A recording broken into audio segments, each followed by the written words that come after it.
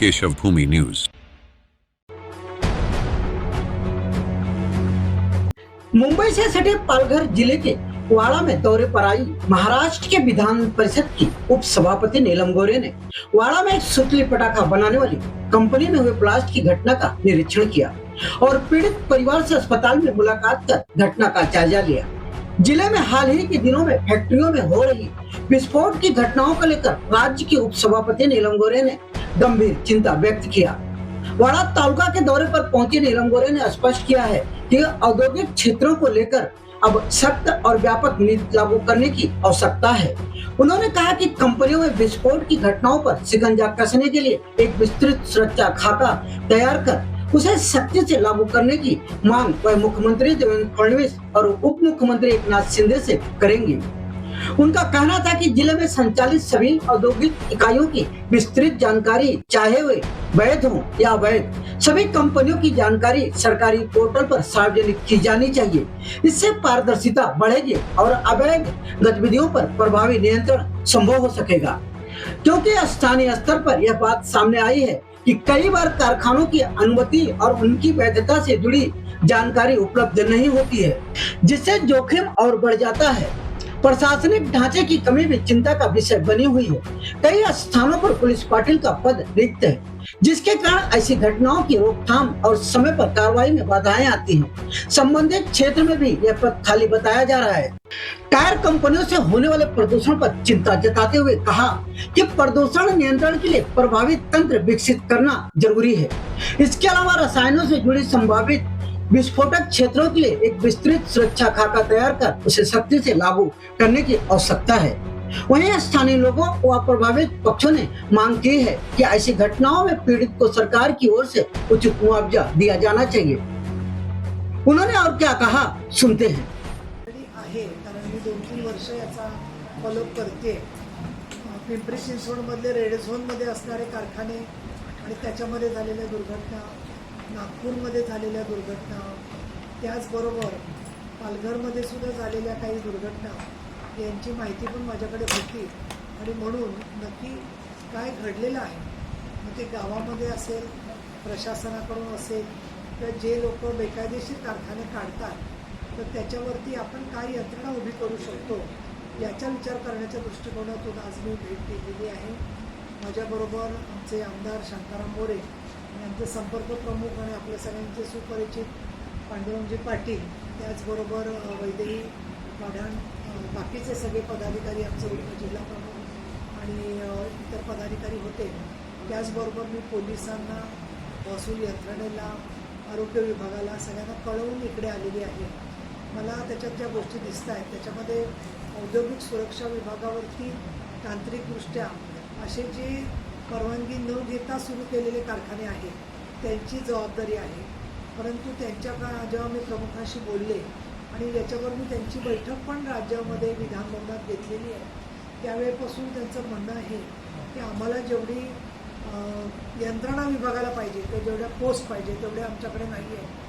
परंतु मला एक दिसते असं की काही कामं जी आहेत ती वेगवेगळ्या डिपार्टमेंटशी संबंधित कामं, म्हणजे एखादा कारखाना उभा राहतो तिथे काहीतरी स्ट्रक्चर उभं केलेलं असतं, म्हणजे ग्रामपंचायतीला ते माहिती पाहिजे, ग्रामपंचायतीला माहिती पाहिजे म्हणजे सरपंच उपसरपंचांनी ती माहिती कळवली पाहिजे, पण त्यांनी काही कारणाने कळवली नाही तरी ग्रामसेवकाकडे आणि आपल्या तहसीलदारांच्याकडे किंवा महसूल विभागाच्या बरोबर खास करून ग्रामविकास विभागाकडे यंत्रणा पाहिजे की राहत्या घराच्या खेरीज कुठेही जास्त लोक, म्हणजे 10पेक्षा जास्त लोक जर का कामगार काम करताना दिसत असतील तर तिथे औद्योगिक काही कारखाना असण्याची शक्यता आहे किंवा संघटित स्वरूपाचा कामगार वर्ग तिथे असण्याची शक्यता आहे की ज्याला कामगारविषयक यंत्रणाचे नियम लागू झाले पाहिजे, परंतु ते नियम लागले जात नाहीत। बऱ्याच वेळेला आम्ही कारखान्याला परवानगी घेतली असं सांगितलं जातं, पण ती परवानगी का मिळत नाही याची माहिती नसते। आणि काल मी इथे येणार कळल्यावर पत्रकारांनी पण माझ्याकडे भरपूर माहिती पाठवलेली आहे आणि त्याच्यात असं दिसतं आहे की स्वतः औद्योगिक सुरक्षा विभागानेच सांगितलं की किती कारखाने इथे जिल्ह्यामध्ये त्यांनी सांगितलं की 300 कारखान्यांची आम्ही, आज मला मीटिंगमध्ये सांगितलं 300 कारखान्यांची आम्ही नोंदणी गेल्या वर्षी करून घेतलेली आहे। म्हणजे हे काम ते करत असून सुद्धा त्यांच्या कामाला इतरांनी मदत करण्याची गरज आहे असं मला वाटतं.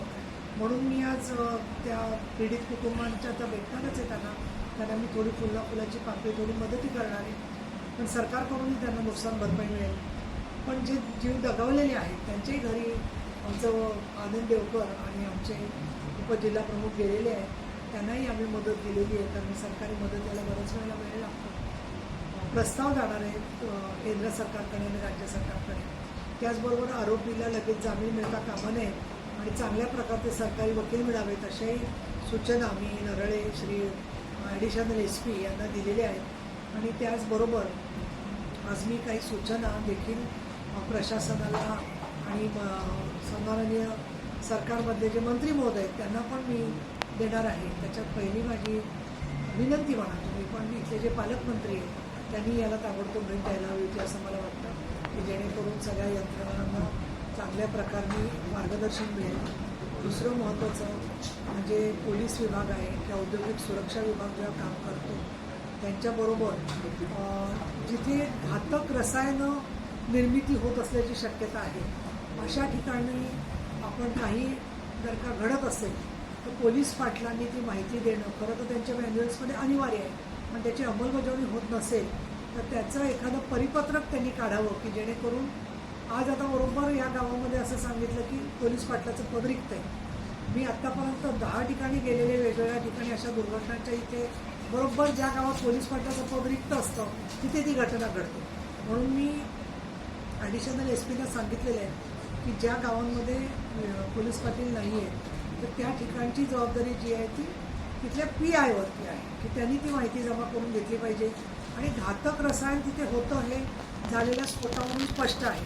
तर मी इथल्या PIना असे निर्देश दिलेले आहेत की 15 दिवसामध्ये तुम्ही तुमच्या तालुक्यामध्ये पोलीस पाटील असो किंवा नसो, तालुका म्हणजे ज्युरिस्डिक्शनमध्ये त्याची नीट यादी करून ती कारवाईसाठी औद्योगिक सुरक्षा विभागाकडे आणखीन जिथे परवानग्यांच्या संदर्भामध्ये मग ती बांधण्याची परवानगी असेल, विजेची परवानगी असेल त्या संबंधित विभागांना तुम्ही पाठवा. त्याखेरीज औद्योगिक सुरक्षा विभागाला मी निर्देश दिलेले आहेत की तुम्ही ज्यांना मान्यता दिली आहे त्यांची सर्टिफिकेट जशी लिफ्टवरती लावलेली असतात प्रत्येक ठिकाणी तशी तुमच्या वेबसाईटवर असली पाहिजे, की कुठल्याही नागरिकाला कळलं पाहिजे की हा कारखाना बेकायदेशीर आहे का कायदेशीर आहे. म्हणून तुमच्या वेबसाईटवरती तुम्ही ती माहिती ठेवा. प्लस त्याच्या सर्टिफिकेटची माहिती ही पोलिसांच्याकडे सुद्धा असली पाहिजे, त्याची एक प्रत की हे कारखाने परवानगी असलेले आहेत. तर जेणेकरून त्या आणि ग्रामपंचायतीत पण असले पाहिजेत की ह्या कारखान्यांच्या सर्टिफिकेटच्या आपण प्रती ठेवू शकतो. अर्थात काही लोक आपल्याकडे त्या प्रतीसुद्धा खोटे आणून लावतील आणि म्हणून वेबसाईटवरच्या प्रती आणि प्रत्यक्ष ग्रामपंचायतीकडे किंवा पोलीस स्टेशनला प्रती योग्य आहेत की नाही हे तपासून घेण्याची जबाबदारी जी आहे ती पोलीस पाटील आणि ग्रामसेवक यांच्यावर असली पाहिजे असं मला वाटतं.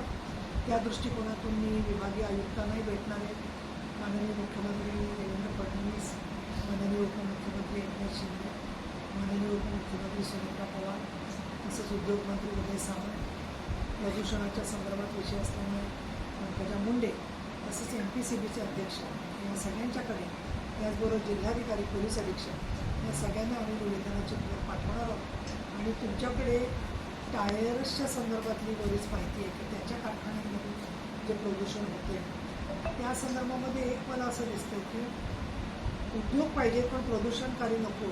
मग प्रदूषण रोखण्यासाठीची यंत्रणा अधिक सक्षम असली पाहिजे.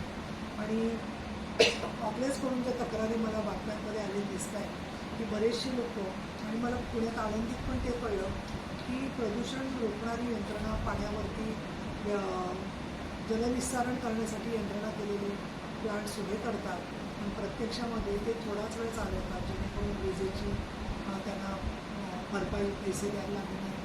बऱ्याच ठिकाणी ते प्लांट नादुरुस्त असतात, ते दुरुस्त केलेले नसतात. ते बघण्याची जबाबदारी अर्थातच पर्यावरण विभागाची आहे.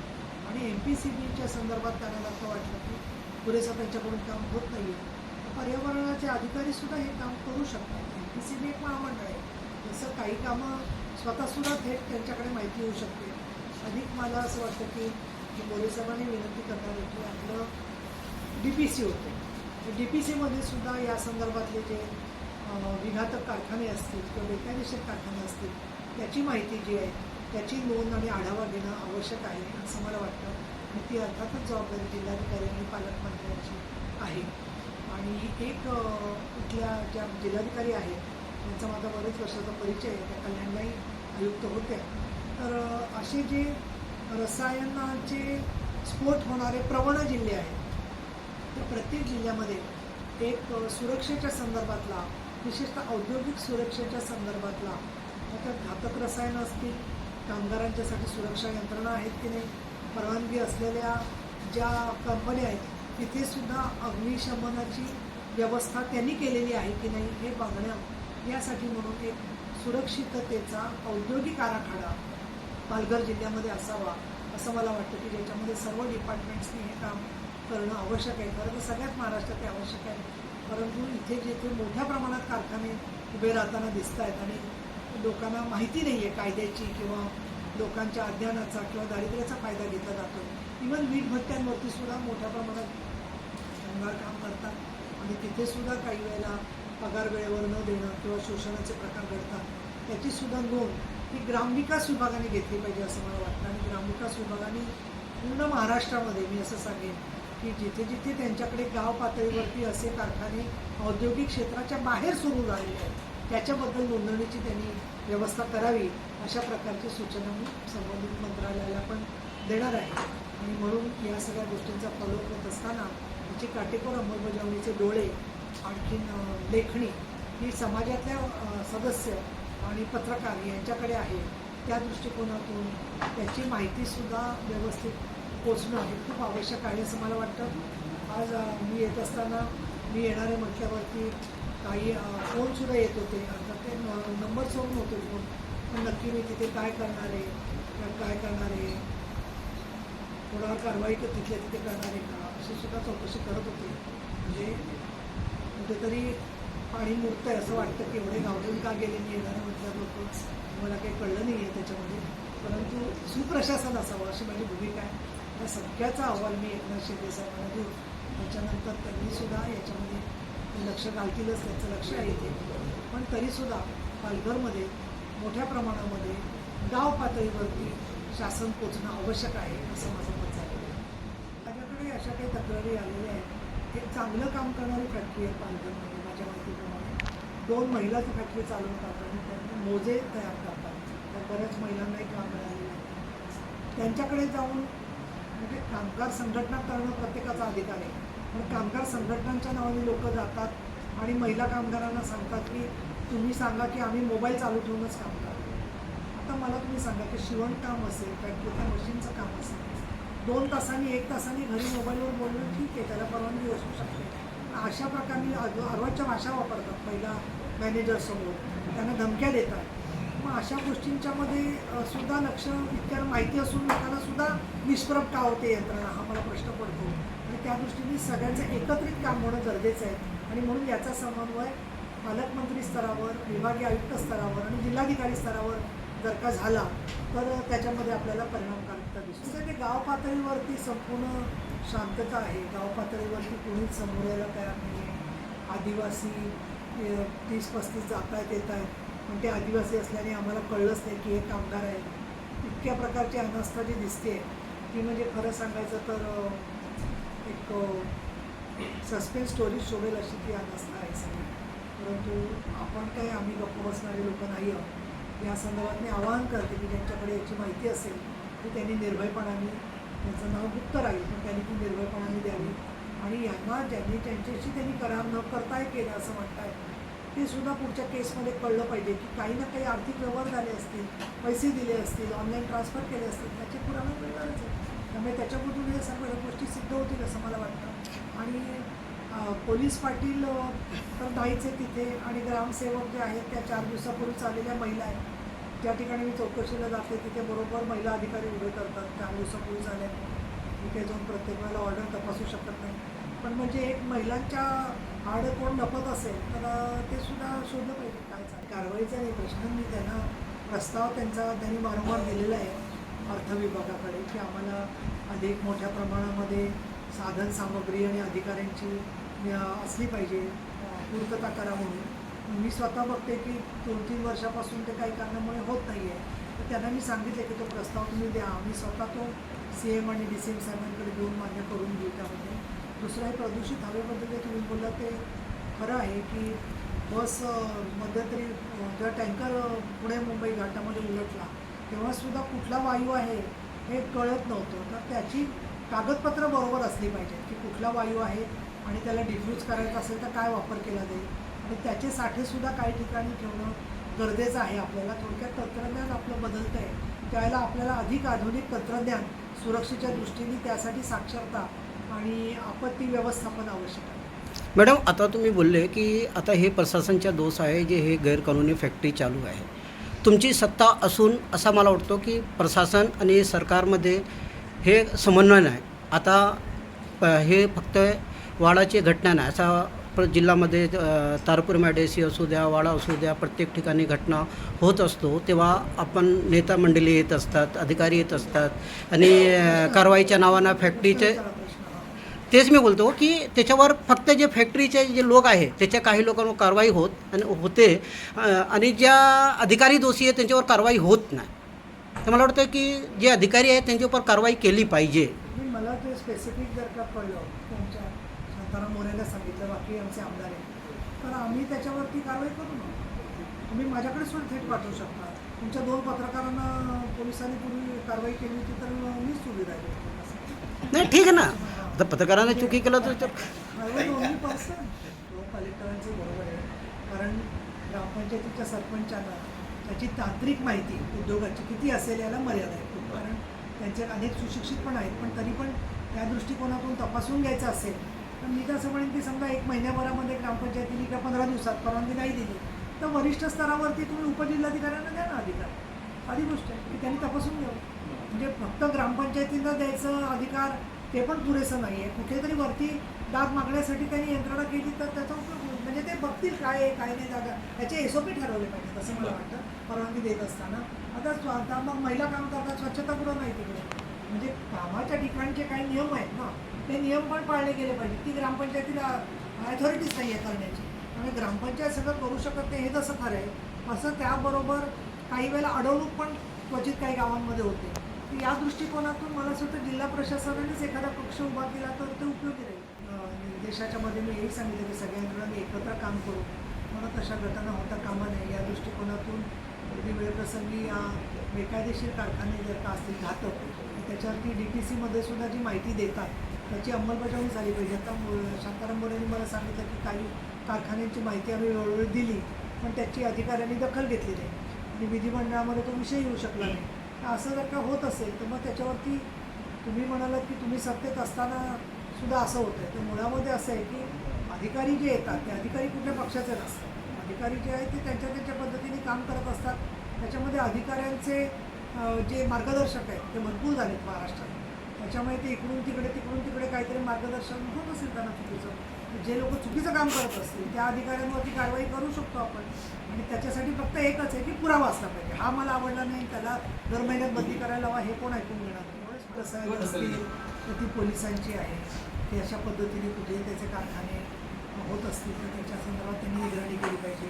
आणि बाकीचे जे कारखाने आहेत त्याच्यात रसायनाचा संबंध आहे ते सगळे औद्योगिक सुरक्षा विभागाच्याकडे येत आहेत आणि त्याच्यामुळे त्याच्या जबाबदाऱ्या निश्चित केलेल्या आहेत. फक्त यंत्रणा तेवढी तळागाळापर्यंत पोहोचेल अशी नसल्यामुळे या गोष्टी घडत आहेत असं मला वाटतं. आणि म्हणून सारांशाने बोलायचं झालं तर सर्जक दृष्टिकोन आणि व्यवस्थित वस्तुनिष्ठ तांत्रिक माहिती आणि जिथे पोलीस पाटील किंवा ग्रामसेवक आहेत त्यांना याच्यामधून माहिती नीट पोचवली जाणं आणि मग कसं आहे की ती माहिती पोचल्यानंतर तरी त्याच्यावर कारवाई होत नसेल तर मग याचा अर्थ की कुठेतरी कोणीतरी त्या माहितीवरती बसलेलं आहे, माहितीवरती फाईलवरती काहीतरी आहे की त्याच्यामुळे होत नसेल तर मग विधिमंडळ आणखीन राज्य सरकार त्याच्यासाठी आहे. फक्त मला एक वाटतं की सगळ्याच उद्योगांना बंद करून कसं चालेल. उद्योग एका बाजूला आपण म्हणतो की उद्योग आले पाहिजे, म्हणून एकच आहे की ज्याच्यामुळे प्रदूषण होतं आहे किंवा गावाचं पाणी खराब होतं आहे किंवा अशा काही गोष्टी होत असतील तर त्यांच्या SOPची काटेकोर अंमलबजावणी करून घेऊन त्यांना त्याच्या संदर्भात आपण परवानगी देऊ शकतो. आता टायरच्या संदर्भात काय असं नक्की होतं याचा मला असं वाटतं मी प्रदूषण विभागाला विचारणा करते, त्यांच्याकडून रिपोर्ट घेते आणि त्याच्या खेरीज अजून जे कारखाने असतील त्याच्यावरती लोकांचा आक्षेप असेल कुठलाच उद्योग येता कामा नये हे तर शक्य होणार नाही. अगर अभी तक आपने हमारे चैनल को सब्सक्राइब नहीं किया है तो अभी सब्सक्राइब करें और बेल आइकन को क्लिक करके हमारी लेटेस्ट खबरों से रहें अपडेट।